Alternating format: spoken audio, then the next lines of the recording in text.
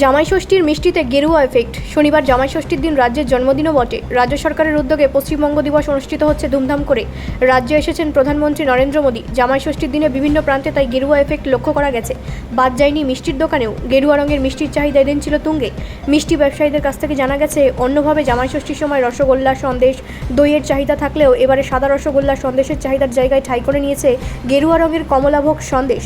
সকাল সকাল এই ধরনের মিষ্টিগুলো বিক্রি হয়ে যাওয়ার পর চাহিদা বুঝে অনেকেই বিকেলের দিকে এই মিষ্টি আবারও তৈরি করেছেন। বলাই বাহুল্য, গেরুয়া রঙের এইসব মিষ্টির চাহিদা হঠাৎ করে বেড়ে যাওয়ায় দাম কিছুটা বেড়েছে।